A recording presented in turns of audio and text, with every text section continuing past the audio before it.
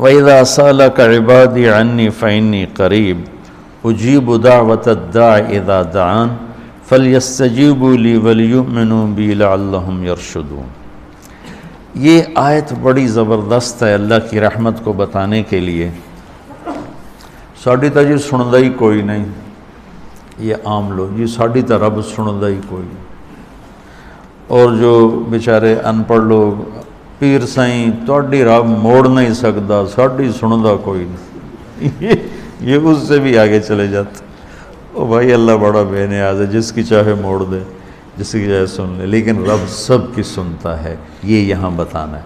وَإِذَا ان نہیں،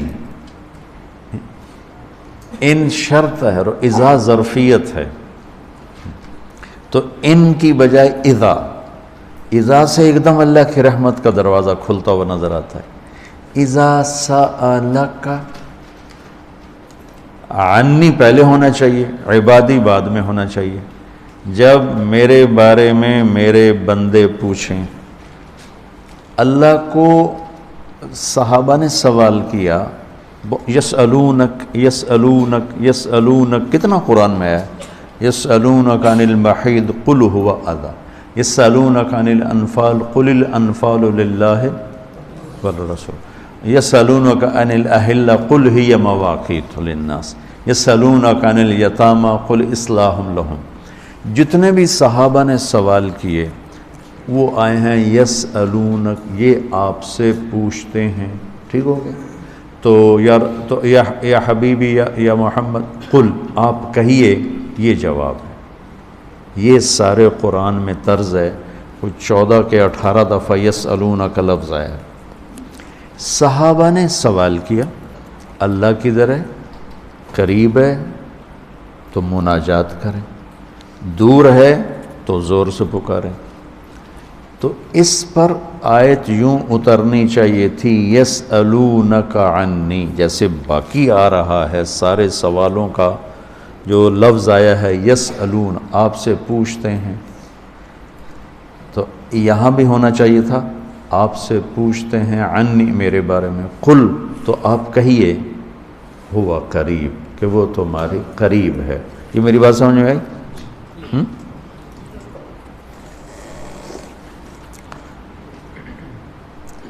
یہاں اللہ تعالیٰ نے وَإِذَا سَأَلَكَ، یسألون کا مطلب ہے کہ ابھی یہ جواب ہے، بعد میں بدل سکتا ہے۔ یسألونک عن کذا قل ہوا، تو یسألونک اور قل ہوا میں حتمی نہیں ہے، ابھی یہ بات ہے، کل کو بدل بھی سکتی ہے۔ اذا کا مطلب ہے کہ یہ ابدی جواب ہے، یہ جواب قابل تبدیل نہیں ہے، یہ آگے جو جواب آئے گا وہ ہمیشہ کے لیے ہے۔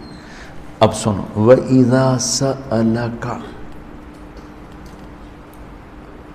عبادی عنی، اپنے آپ کو بعد میں ذکر کیا اور اپنے بندوں کو پہلے ذکر کیا۔ اذا سألک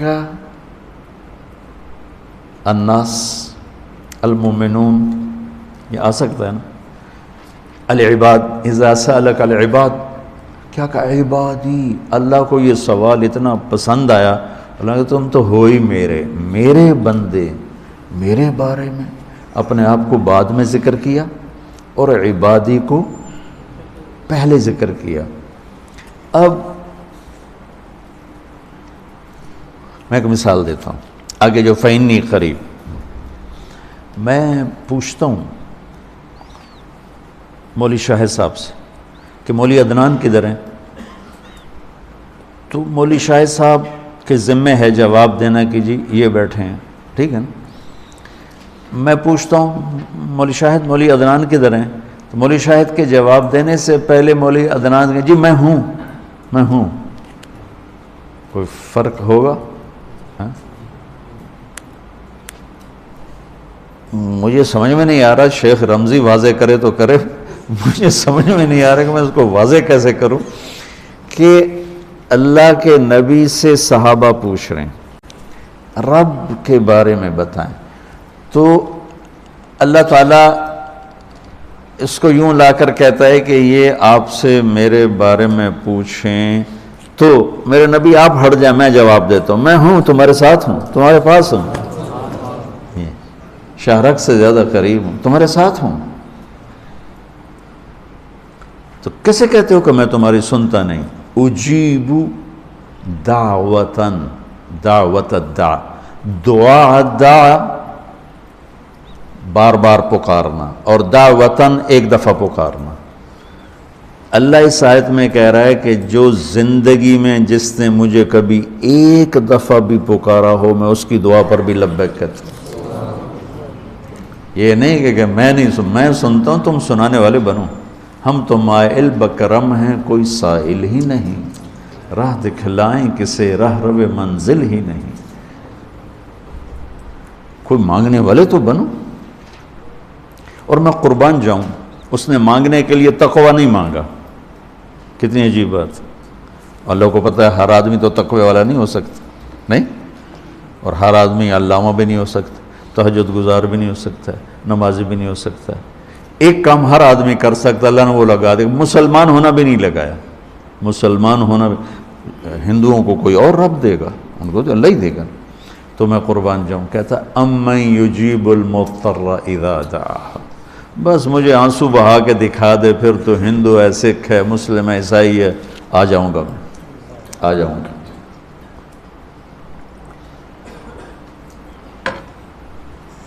سب کی سنتا ہے۔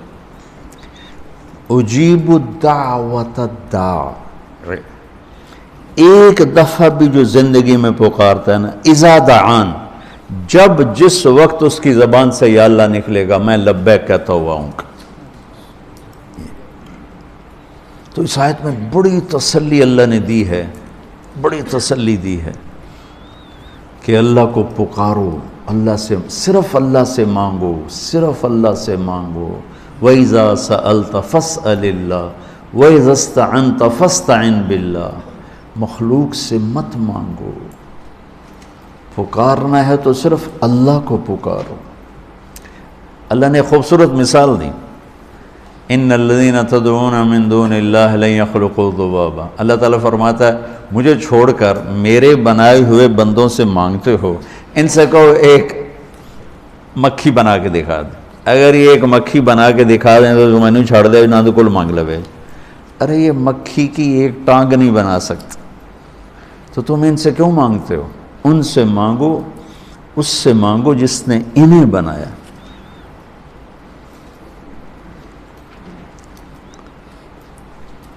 تو اس آیت میں اللہ نے بڑی تسلی دی ہے کہ تم مانگنے والے رو دھو کے میرے سامنے رونا سیکھ لو، کر دوں، مضطر بن کے دکھا دو۔